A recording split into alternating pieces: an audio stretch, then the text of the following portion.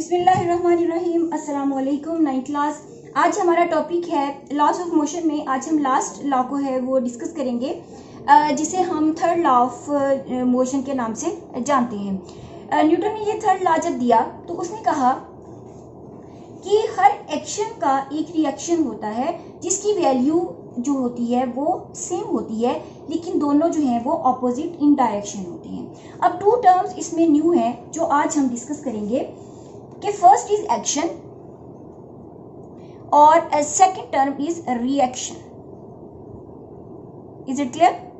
अब ये दोनों टर्म्स जो हैं इनका जानना बहुत जरूरी है इस जो है थर्ड लॉ को अंडरस्टैंड करने के लिए। उसने कहा कि action and reaction, her action का, एवरी एक्शन, ये इसकी स्टेटमेंट है, every action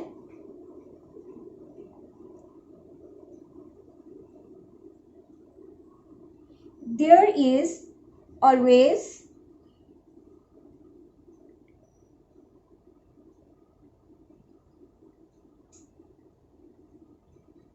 to every action there is always a reaction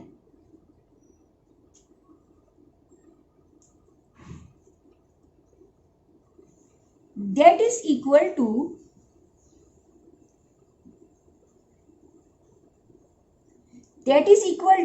action, ठीक है, बट ऑपोजिट इन डायरेक्शन।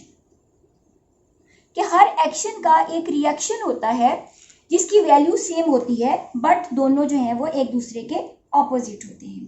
तो हम इसको यूं भी लिख सकते हैं, every action has reaction, both are equal,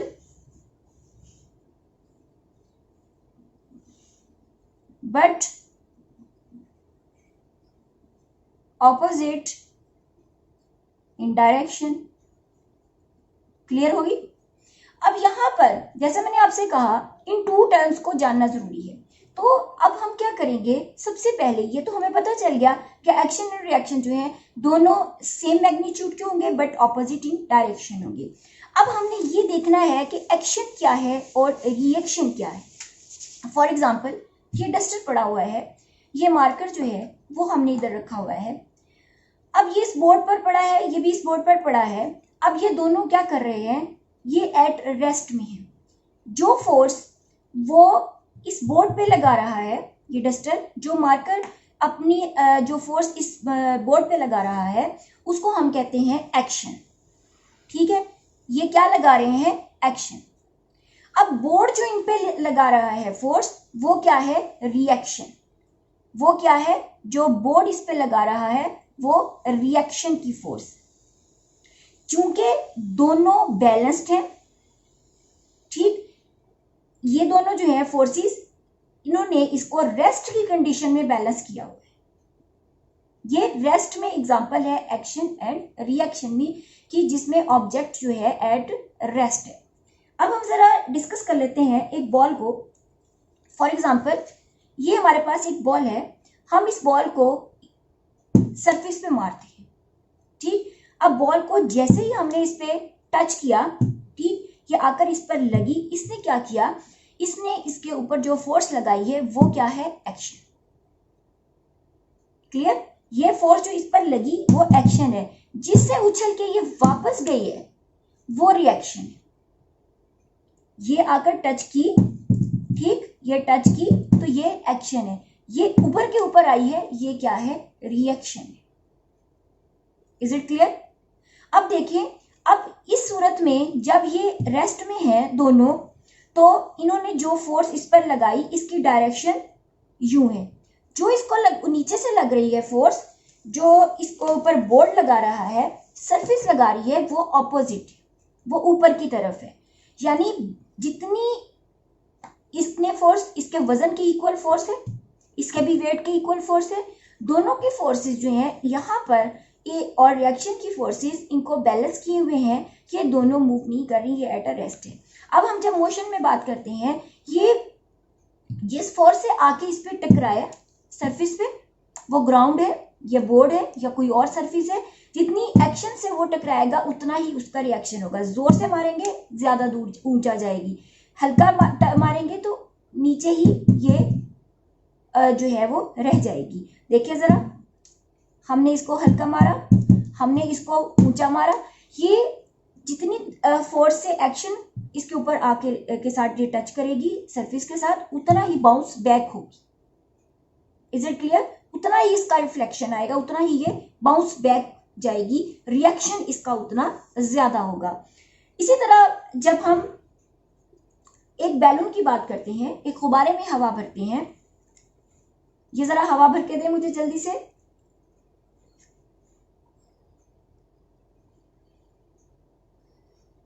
अब ये आपके सामने एक बैलून है, ये एक गुब्बारा है, ये इसमें हमने हवा भर दी, इसमें कोई हमने नॉट नहीं लगाई, ना ही इसको हमने धागे के साथ बांधा है। अब हम क्या करते हैं, इसको छोड़ते हैं। ये देखिए,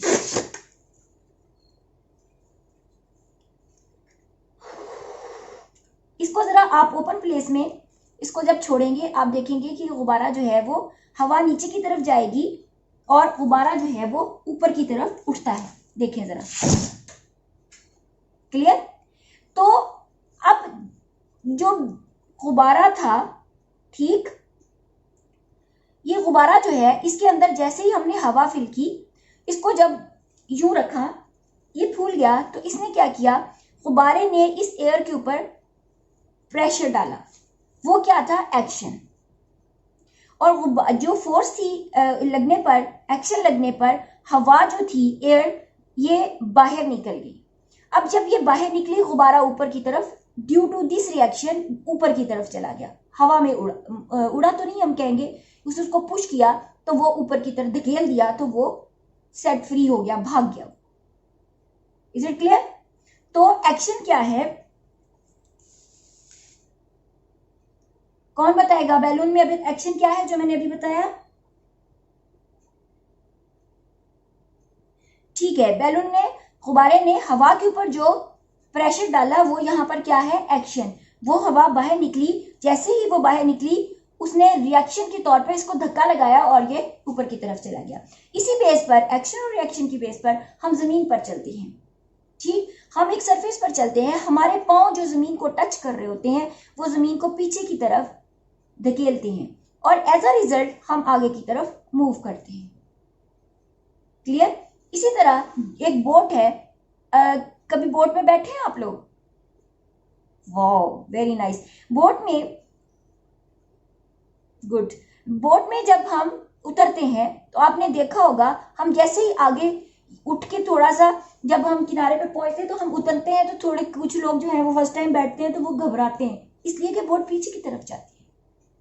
ऐसा है ना कि जैसे ही कि हम उतरते हैं, एक्सपीरियंस हुआ ना फिर? यस। फिर आपको तो रिएक्शन और रिएक्शन समझ आ गया फौरन से, वेरी नाइस। अब हम क्या करते हैं, जब उतरते हैं तो बोट जो है वो पीछे की तरफ जाती है और हम आगे की तरफ, ठीक है ना?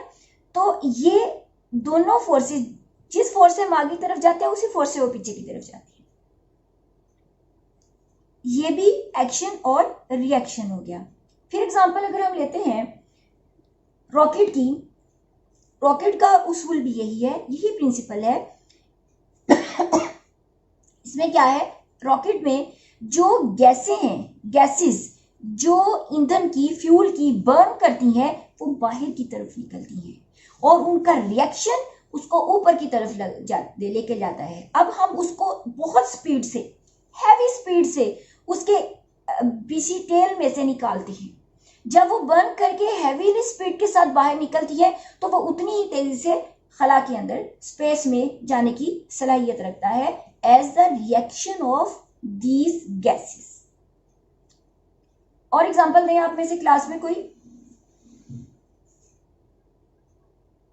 ठीक है, बिल्कुल राइट, आपने सही कहा कि पानी में जब हम कश्ती चलाते हैं, वो मोटर बोट है, चाहे वो हम चप्पू के साथ चलाते हैं, तो क्या है, पानी को पीछे की तरफ धकेला जाता है और बोट आगे की तरफ जाती है।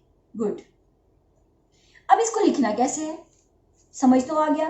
एनी बॉडी, हैंड रेज करें अगर किसी को कोई थर्ड लॉ ऑफ मोशन में कोई प्रॉब्लम है तो। No, good. अब हम सबसे पहले इसकी हेडिंग देंगे थर्ड लॉ ऑफ मोशन, और इधर हम क्या लिखेंगे, इसको डिफाइन करेंगे। हम लिखेंगे to every action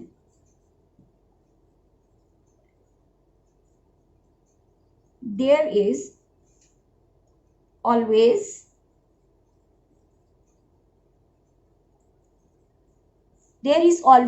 a reaction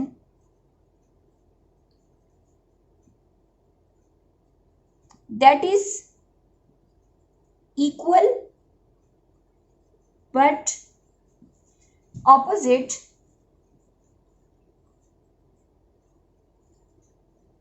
in direction। Clear? हम इसको यूं भी लिख सकते हैं। अब दोनों में से कोई एक डेफिनेशन देख लीजिएगा। Every action has reaction that is equal to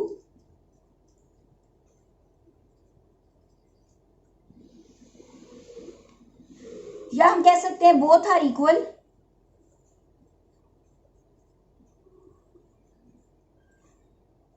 but opposite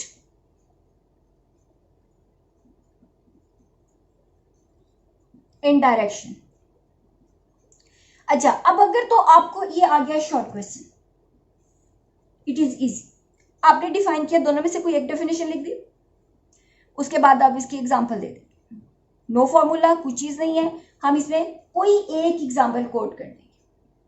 ठीक, आप अभी बुक वाली दी है, मैंने बैलून वाली दी है, रॉकेट वाली दी है, जमीन पर चलने वाली दी है, बोट को चलाने वाली दी है, बोट से उतरने की दी है, इतनी ज्यादा होगी ना।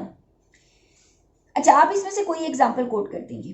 ठीक, इसके साथ थोड़ा सा एक्सप्लेन अगर कर दें आप, आपने example the,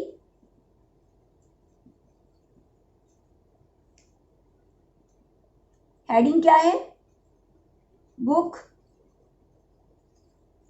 on a table. ठीक, इसमें हम क्या एक्सप्लेन करेंगे, the weight of book is acting, यहां आप लिखेंगे action. The weight of book is action. The weight of the book is action which exert on a table. Reaction,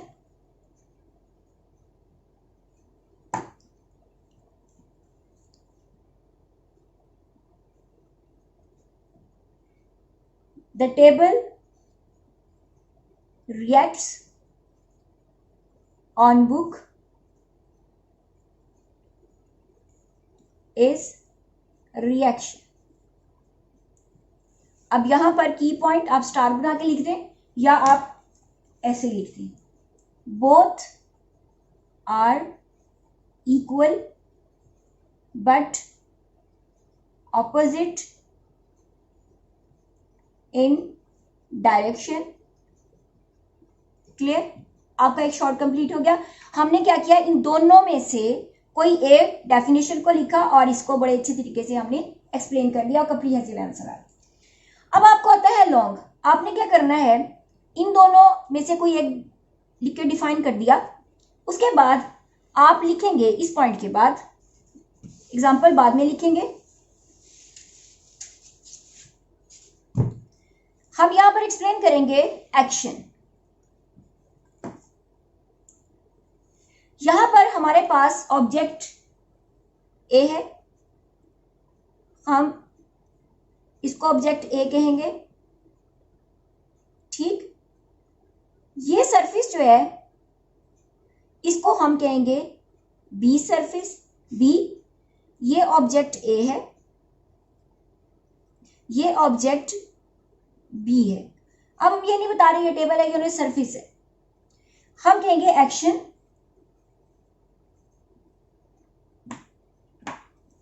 इसको आप पॉइंटर से लिख दें ताकि आपका ये दोनों में से जो डेफिनेशन आपने लिखी है ना कोई एक, तो वो क्लियर हो जाए।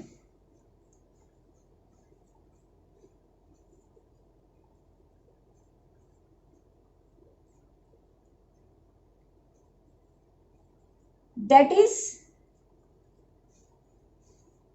exerted by a body A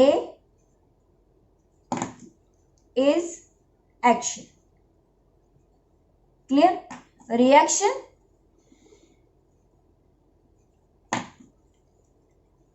the force that is exerted by a body B is reaction. Clear? Both exerts on different objects with the same magnitude but opposite in direction. Clear? Action जो है A B पे लगा रहा है, B जो A पे लगाएगा। हम ये भी कह सकते हैं the force that is exerted by the body A on body, हम ये भी कह सकते हैं ऑन बॉडी B, B पर जो लगती है is action, sorry is action. The force that is exerted by a body B on A, ऐसे भी लिख सकते हैं। दोनों पॉइंट्स क्लियर हो गए। On a body A is reaction, इधर लिख लें, ठीक है। उसके बाद पॉइंट क्या आ जाएगा, बोथ आर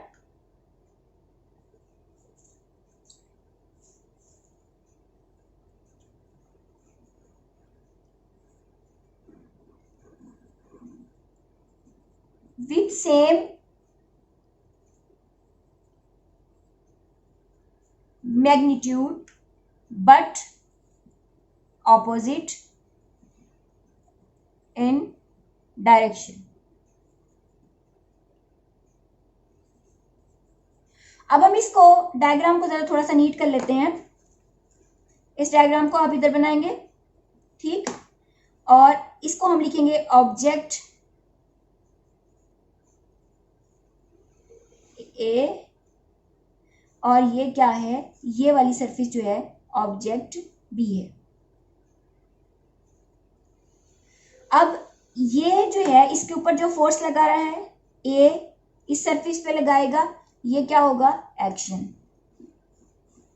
अब बी जो इस सरफेस पे इसके ऊपर लगाएगा वो क्या होगा, रिएक्शन।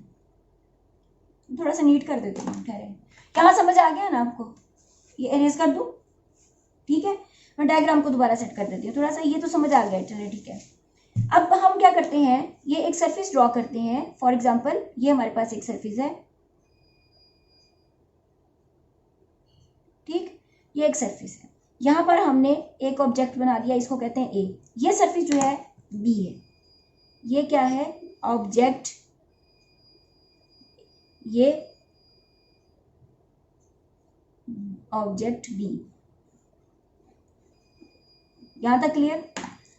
अब ये ऑब्जेक्ट जो है ए, वो इस सरफेस के ऊपर एक फोर्स लगाता है और ये सरफेस इसके ऊपर एक फोर्स लगाती है। क्लियर? ये हम कहते हैं बी ए पे लगाता है, ए बी पे लगाता है। ये वाली फोर्स क्या होगी, एक्शन। ये वाली फोर्स क्या होगी, रिएक्शन। Point clear? होप कि बड़ी अच्छी तरीके से समझ आया होगा।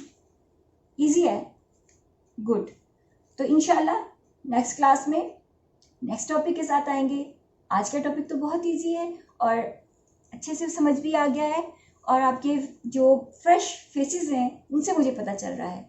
लेकिन बेटा फिर मैं बात कहूँगी, जो मैं हर जो है लेक्चर के बाद कहती हूँ, कि जब आपने लिखना है इसको तो प्लीज़ बच्चे आप लोग इसको नीट लिखेंगे। डेफिनेशन आपकी क्लियर होनी चाहिए, एग्जांपल आपकी क्लियर होनी चाहिए, जो डायग्राम्स। अच्छा, अब मुझे कल बच्चों ने सबमिट करवाए हैं, कुछ शीट्स थी, उसमें उन्होंने क्या किया कि डायग्राम को बहुत बड़ा कर दिया। जैसे बायो का आप लोगों ने मुझे काम जमा करवाया था, तो उसमें आपने डायग्राम जो है वो काफ़ी बड़ी बनाई हुई थी। तो उसमें क्या है, आपकी शीट वो मैं आप लोग लेकर आइएगा, मैं आपको उसको बताऊंगी मिस्टेक, बल्कि मैंने कुछ बच्चों के उसके ऊपर पॉइंट आउट भी किया था। तो 1 बाय 1 हम एक लेक्चर ये रखेंगे कि हम उस दिन कोई लेक्चर नहीं होगा हमारा, ठीक है। आप लोग क्लास में जब लेकर आएंगे तो फिर मैं आपको उस शीट के हिसाब से बताऊंगी कि आप लोगों ने डायग्राम का साइज जो है वो क्या रखना है। लेकिन डायग्राम का मकसद ये होता है कि आपकी अंडरस्टैंडिंग जो है वो पता चलती है कि कितनी है।